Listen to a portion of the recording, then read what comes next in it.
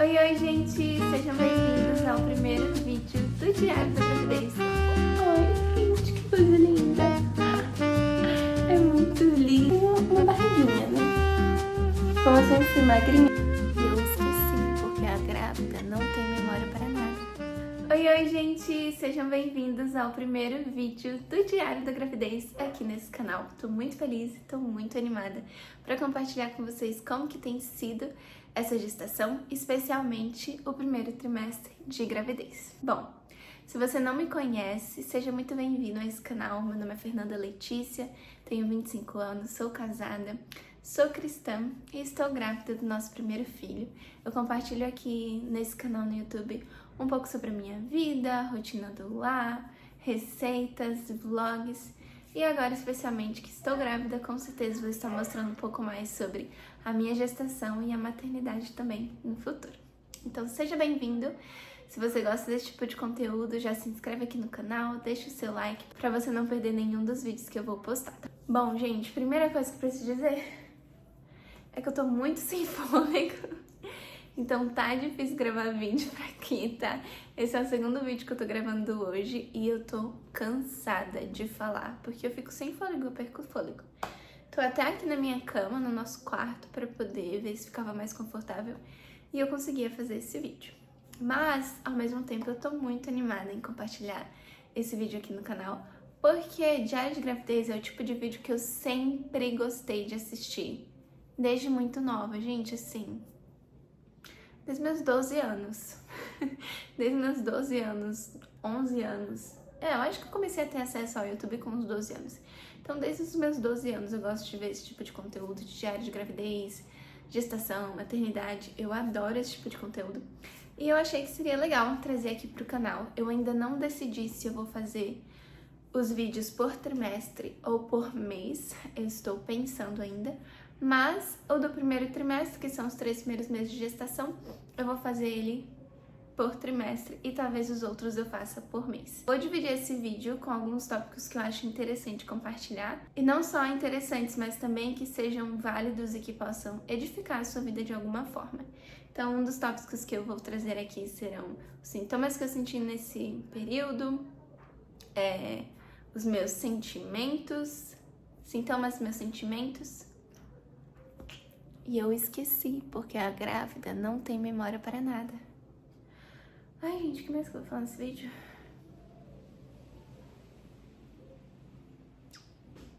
Ah, também quero compartilhar com vocês alguns livros que eu li ou que estou lendo nesse período. E por fim, algumas comprinhas que a gente já fez para esse baby misterioso. Atualmente eu estou com quase 14 semanas de gestação, então... O primeiro trimestre já passou aí, né? Tem 2 semanas. Mas a gente demorou para anunciar essa gravidez publicamente. Então, por isso que esse vídeo tá saindo um pouquinho atrasado. Se você ainda não assistiu o meu primeiro vídeo, que é quando eu conto sobre a gravidez, eu recomendo você assistir, porque eu também compartilho um pouco que essa gravidez foi após uma perda gestacional, né?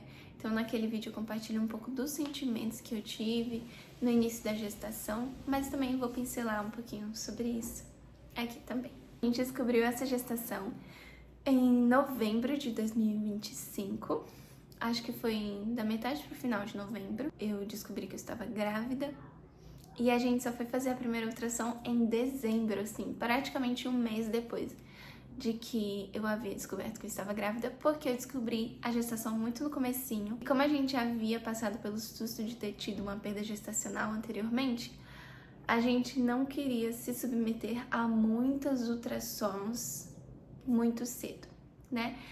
Por exemplo, eu poderia ter feito uma ultrassom ali com as 5 semanas para ver se tinha saco gestacional, outro ali com as 6 para ver se tinha embrião, e com as 7 eu vi o coração. Mas eu preferi esperar. A recomendação médica também, a mim, foi que eu esperasse para fazer a primeira ultrassom apenas com 7 semanas. Então eu fiz a primeira ultrassom com 7 semanas, praticamente um mês depois que eu descobri, né, que eu já estava grávida. Até essa primeira ultrassom, o coração tava assim, né, preocupado, ansioso, tentando acreditar que eu realmente estava grávida. Como eu já havia passado por uma perda gestacional, os sentimentos acabam trazendo certa insegurança, medo e preocupações a respeito dessa gravidez e com medo de que ela não evoluísse, né? Como a primeira não evoluiu. Mas até que eu estava tranquila, eu tentei muito não dar lugar aos medos e às preocupações, por mais que isso seja difícil, mas uma das minhas estratégias foi excluir TikTok do meu celular e evitar consumir conteúdo sobre o início da gravidez, porque são conteúdos que podem acabar te fazendo muito mal, né? Principalmente assim, esses vídeos que falam, que acabam tocando muito sobre perda gestacional e gravidez ectópica e tudo mais, e eu acho que esse tipo de conteúdo acaba piorando a nossa situação nas primeiras semanas da gestação. Então, por isso, excluí todos os aplicativos, evitei ver o máximo esse tipo de conteúdo e esperei até fazer a primeira ultrassom em dezembro. E aí foi quando a gente viu o embriãozinho lá, tão pequenininho, ainda não tinha formato, né? Era só uma bolinha assim dentro do saco gestacional. E pudemos ouvir os batimentos cardíacos pela primeira vez. Foi muito emocionante. E ali naquela ultrassom, a minha ficha caiu assim. Um pouquinho dela, né? Não vou dizer que minha ficha já caiu, porque não caiu não. Mas um pouco da minha ficha começou a cair ali naquela ultrassom. Foi muito emocionante. Nós ficamos muito felizes em saber que nosso bebezinho estava bem, estava com saúde e estava se desenvolvendo super bem e super forte. E aí, gente, depois dessa ultrassom, o meu coração já foi ficando mais tranquilo, já foi ficando mais em paz e começando a curtir mais a gestação. Curti mais ou menos porque, gente, pensa numa pessoa que teve enjoo, fui eu, né? Vamos falar um pouquinho sobre os sintomas aqui. Eu comecei a ter sintomas na 5ª semana de gestação. Os meus primeiros sintomas foram bastante gases e estufamento abdominal. Muito, muito assim, qualquer coisa que eu comia me deixava inchada, estufada. Parecia que meu intestino não fazia digestão dos alimentos que eu comia. Depois, quando já foi assim pra 6ª e 7ª semana, eu já comecei a ter os enjoos, bastante enjoo. Eu lembro que os enjoos da 7ª ou 8ª até 9ª semana, parecia que o vômito vinha até aqui, assim, o negócio ficava vindo, assim, era terrível, eu fiquei muito enjoada. O dia inteiro, não era só matinal, não era um enjoo matinal, era o dia inteiro, terrível, muito enjoo, muita ânsia. Mas eu vomitei poucas vezes, principalmente nesse período, eu acho que eu só vomitei uma vez até a 9ª semana. Mas os meus enjoos perduraram, inclusive eu tenho enjoo até hoje, hoje mesmo eu acordei me sentindo enjoada. E continuo me sentindo enjoada ao longo do dia, muitas vezes à noite, antes de dormir eu estou enjoada. Então não foi um sintoma que passou completamente, mas melhorou muito ao longo das semanas, né? Então, ali eu diria que o pico foi na 8ª e na 9ª semana, que eu sentia assim a ânsia aqui no pescoço terrível. E depois foi melhorando a cada dia, eu fui sentindo essa queimação, essa sensação de ânsia foi diminuindo. Mas eu continuo sentindo aquela sensação de estômago embrulhado, sabe aquele enjoo no estômago embrulhado, que parece que a comida não desceu direito? Essa sensação de enjoo eu continuo tendo até hoje.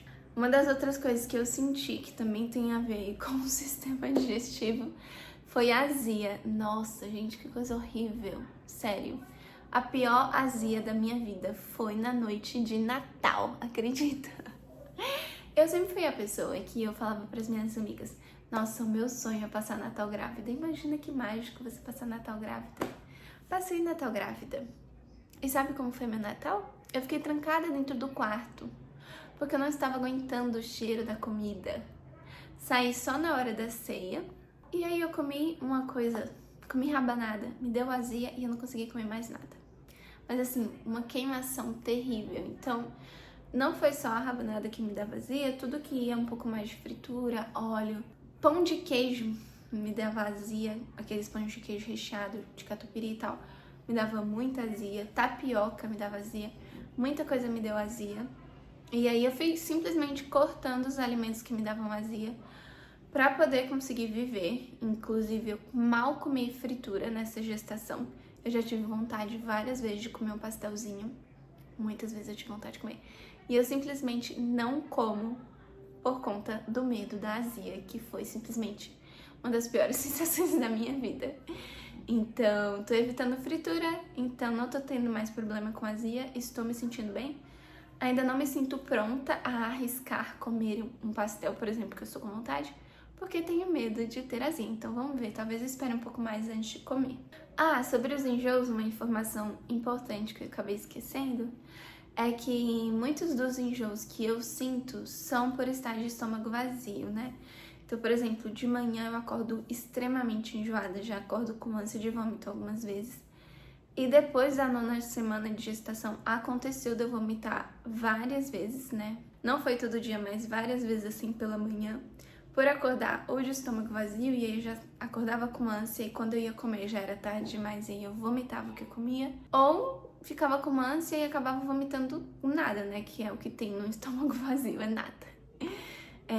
Então, uma das coisas que eu tentei fazer, que me ajudam, mas que não resolvem totalmente, é comer alguma coisa antes de levantar da cama. Então, às vezes eu como uma banana antes de levantar da cama, uma bolacha creme cracker, e às vezes eu falo, vamos ver o que a vida me traz hoje, e não como nada, e aí eu passo muito mal.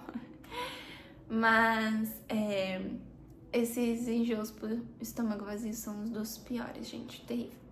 E é engraçado, porque eu particularmente, os meus enjoos, as minhas ânsias, não eram em relação a nenhum alimento específico, com exceção de ovos mexidos. Eu tive bastante enjoo de ovos mexidos, mas no geral eu comi de tudo normalmente. Tudo que eu comia na minha alimentação, eu continuei comendo normalmente.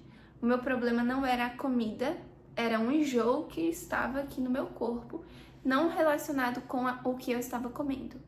Mas uma coisa que me dava muito enjoo e que ainda me dá é cheiro, o cheiro da comida sendo feita. Cheiro de manteiga na frigideira. Ai, gente, me dá enjoo até agora. Então, vou fazer um ovo com manteiga. Pra mim não dá. Eu não posso estar no ambiente que está fazendo esse ovo, porque eu vou ficar com ânsia de vômito. Inclusive, eu fiquei esses 3 meses praticamente sem cozinhar. Não diria os 3 meses, porque os meus enjoos foram piorar nesse último mês, né, que foi em janeiro.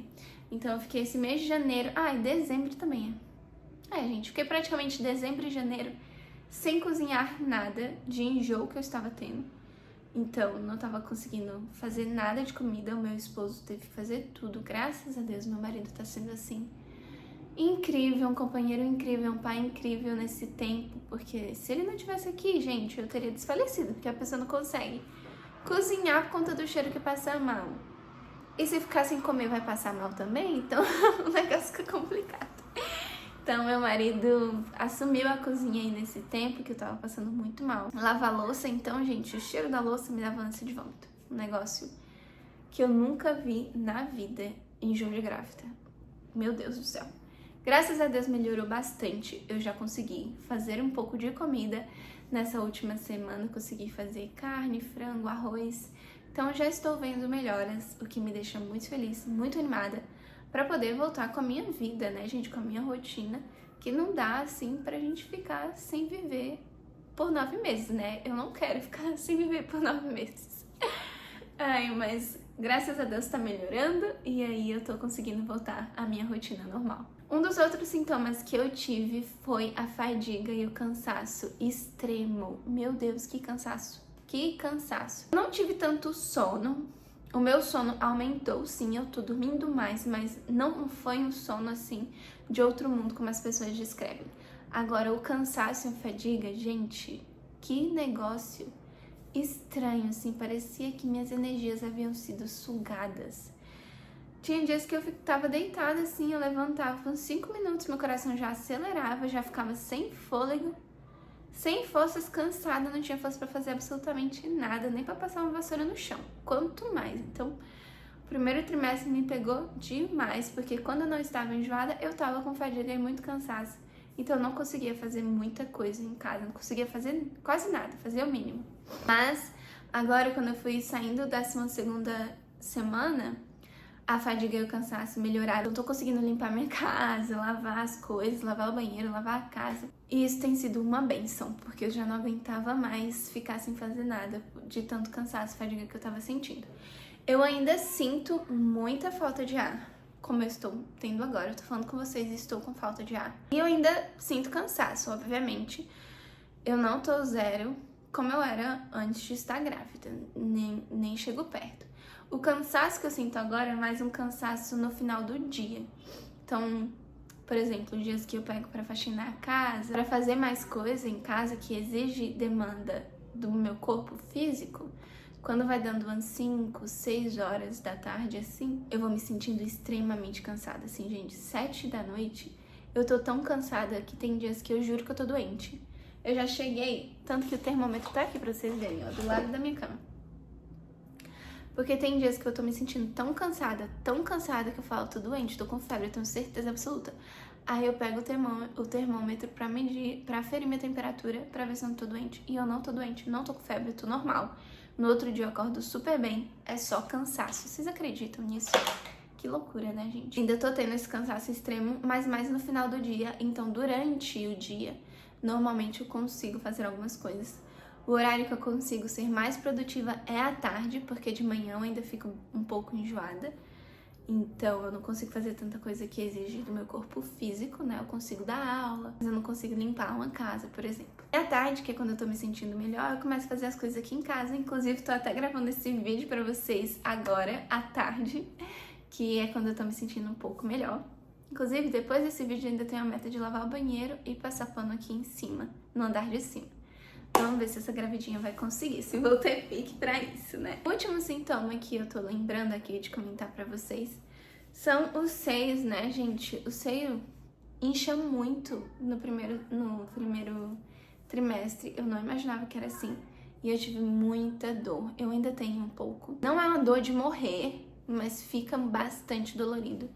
Bem dolorido. Principalmente à noite, assim, quando eu tô dormindo em uma posição, às vezes eu acordava no meio da noite com dor no seio, ou acordava de manhã com o seio bem dolorido e com muita dor no seio.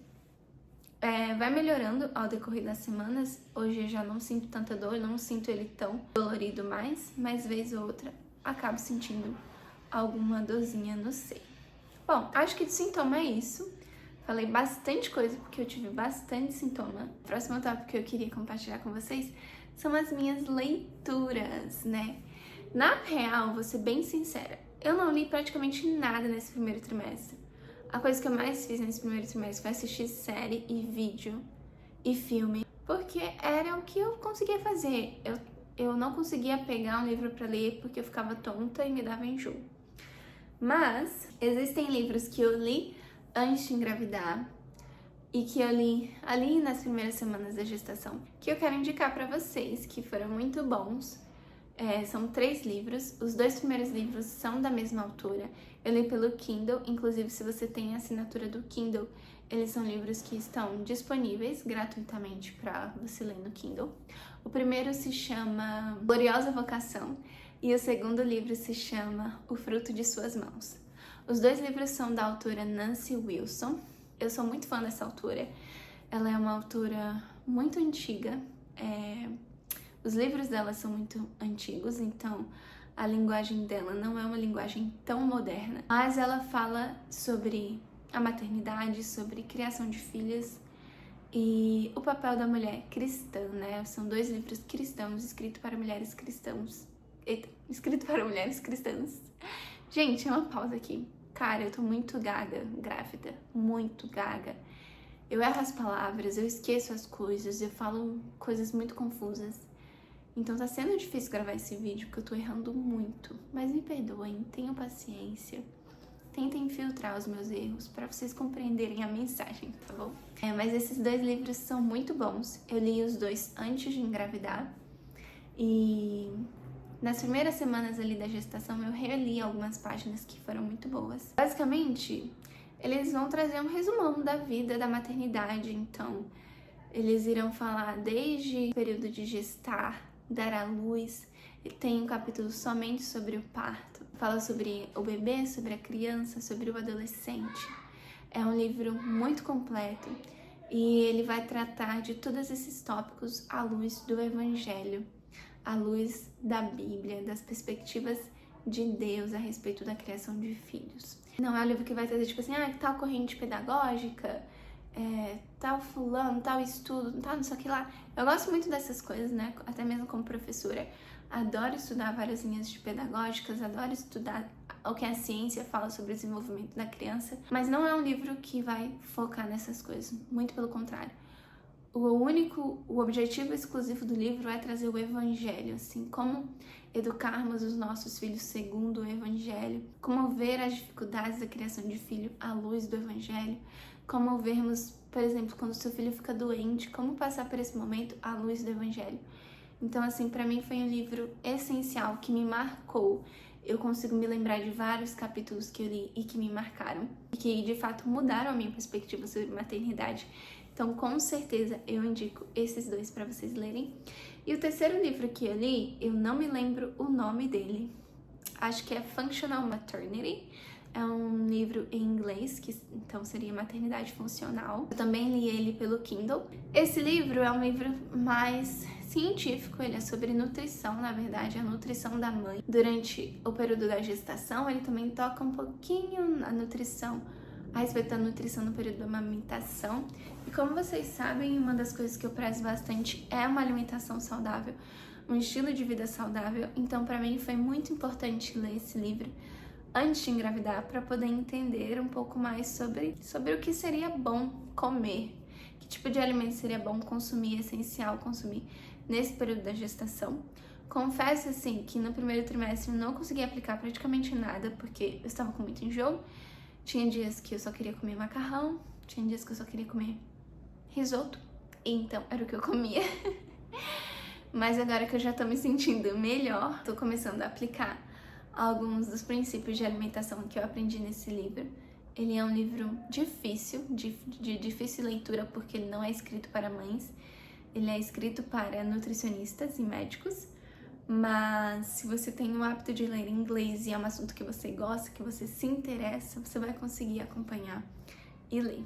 Ah, gente, e falando sobre alimentação, um tópico que eu esqueci de comentar são os desejos. Eu tive alguns desejos, mas eu não considero, tipo assim, meu Deus, se eu não comer eu vou morrer. Eu não tive esse sentimento com nenhuma comida, assim. Preciso comer agora, eu vou morrer. Mas eu tive vontades estranhas de comidas que eu não tenho costume. A mais surpreendente de todas foi Doritos e miojo. Gente, assim, eu não gosto de Doritos. Eu não como Doritos. Eu não como nenhum tipo de salgadinho, na verdade. Nunca comi, nunca tive o hábito desde criança. Minha mãe não comprava, a gente não foi criado comendo Doritos. E justamente por não ter o hábito, não é um salgadinho que eu como e falo, que delícia. Na verdade, eu não gosto de nenhum salgadinho. Mas me deu uma vontade de comer Doritos nessa gestação que vocês, assim, não estão entendendo. Meu esposo comprou aquele pacote grande lá, tamanho família, sei lá. Eu comi metade do pacote de Doritos sozinha. Sozinha, assim, só na sentada. De tanta vontade que eu tava. E a outra vontade surpreendente foi miojo. Só de falar já me dá vontade de comer. Gente. O que acontece na gestação e o miojo, cara? Eu não consigo entender assim. Outra coisa também, não gosto de miojo. Nunca tive o hábito de comer. Nunca foi uma coisa que entrou na minha casa. Não me lembro a última vez que eu comi, assim. Deve fazer mais de um ano que eu não como um miojo. Eu conseguia contar nos dedos as vezes que eu comia miojo em toda a minha vida, pra vocês terem noção. E aí eu engravidei e tudo que eu quero é comer miojo. Enfim, gente, compramos um miojo esses dias. O meu esposo fez o miojo, comeu o miojo e parecia assim a melhor coisa que eu poderia comer na vida. E tô falando aqui, tô ficando com vontade de comer miojo, mas não pode. Não pode, que faz muito mal, tem muito sal, tem muita coisa que não faz bem. Não vou viver de miojo. Tô assim, me controlando, né? Mas eu tô pensando no miojinho. E se eu jantar um miojinho hoje? Ai, gente. Acho que top 1 de vontades foi o miojo. Bom, pra finalizar esse vídeo, quero mostrar pra vocês algumas coisas que a gente comprou nesse primeiro trimestre. São umas besteirinhas. Nós ainda não sabemos o sexo do bebê. Isso é uma coisa importante. Nós ainda não sabemos o sexo do bebê porque eu não pude fazer a sexagem fetal. Pra quem não sabe, a sexagem fetal é um exame de sangue que você faz pra poder ver qual é o sexo do bebê. Mas como eu já falei pra vocês, eu tive uma perda gestacional muito perto do período que eu engravidei. E quando você passa por uma perda gestacional, você não pode fazer a sexagem da próxima gestação que você tiver por no mínimo 6 meses. Porque durante 6 meses, o bebê que você perdeu da perda gestacional, os genes dele... Gente, talvez eu esteja falando errado, mas foi assim que eu entendi. os genes desse bebê continuam no seu sangue. E aí pode ter ali uma confusão dos genes do bebê que você perdeu e os genes do bebê que você tá carregando agora. Podem ali, né, tá misturado no seu sangue, e aí você vai fazer o exame de sangue para ver de qual é o sexo do bebê que você está carregando agora. E esse exame pode vir alterado, errado, por conta do sexo do bebê que você perdeu. Então, por conta disso, a gente não pode fazer a sexagem fetal. Na morfológica, o médico nos deu um palpite do que pode ser, mas estamos guardando segredo, né? Porque é apenas um palpite, pode ser que não seja esse sexo. E aí estou esperando fazer as 16 semanas para poder repetir o ultrassom e poder finalmente descobrir qual é o sexo do nosso bebê. Então tem sido um tempo que a gente tá aí treinando a nossa paciência e a espera. Então compramos algumas coisinhas. Gente, por que a gente comprou? Porque eu descobri que tem um brechó de roupa de neném do lado da minha casa. E lá tem coisas muito fofas. E aí a gente tava sem nada pra fazer, a gente foi lá e acabamos comprando umas coisas. Na minha opinião, essas coisas são unissex. Claro que a primeira coisa que meu esposo comprou na vida foi um body do Palmeiras, né, é claro. Um body e um short do Palmeiras. Isso aqui não foi no brechó, foi ele mesmo que comprou, não sei onde. Só sei que ele chegou aqui em casa com isso daqui, né. E a primeira coisa que eu comprei foi esse bodyzinho pra anunciar a gravidez. Eu queria um bodyzinho branco, mas não tinha no dia que eu fui. Então eu comprei esse listradinho azul e branco, que na minha opinião é unissex. Sim, azul é unissex. Eu sei que as pessoas dizem que não é, mas pra mim é azul claro, é unissex. Aí tá aqui o bodyzinho, gente, você põe um laço. Azul claro na menina, tá linda, tá perfeita. Enfim, agora sim, lá no brechó, eu comprei esse macaquinho. Ai, gente, que coisa linda. É muito lindo, meu Deus. Comprei esse macaquinho, acho que ele é de 3 a 6 meses. Ele sim é unissex, né? Vai depender muito da roupinha que você põe por baixo. Achei uma fofura. Comprei esse bodyzinho branco. Tá novinho. RN. E comprei 2 cardigans que eu achei muito fofo. Esse aqui é o cardigan número 1. Ai, gente, olha isso. Fala sério. Imagina um nenenzinho aqui. Se for menina, a gente põe um lacinho. Se for menino, põe uma calça, tá lindo. Esse cardiganzinho perfeito. E esse outro cardiganzinho muito perfeito também. Ai, gente. Agora sim, não vejo a hora de saber se é menina ou se é menino.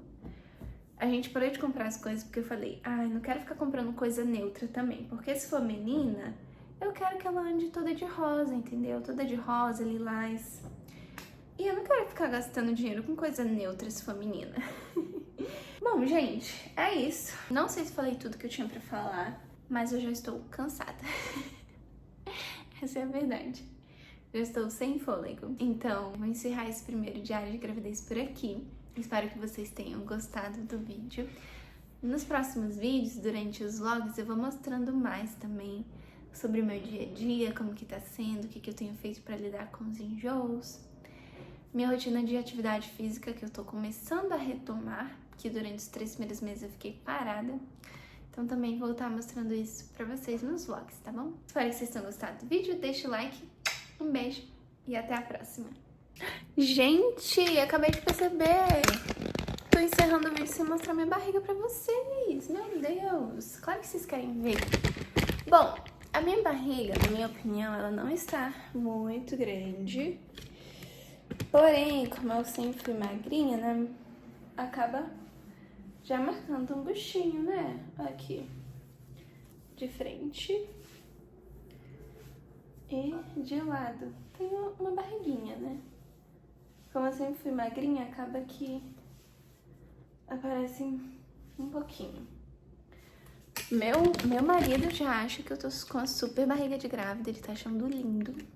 Eu tô achando que eu tô com barriga de cocô. Sabe, barriga de prisão de ventre. Mas agora sim, deixa eu encerrar esse vídeo. Beijo, tchau, tchau, gente.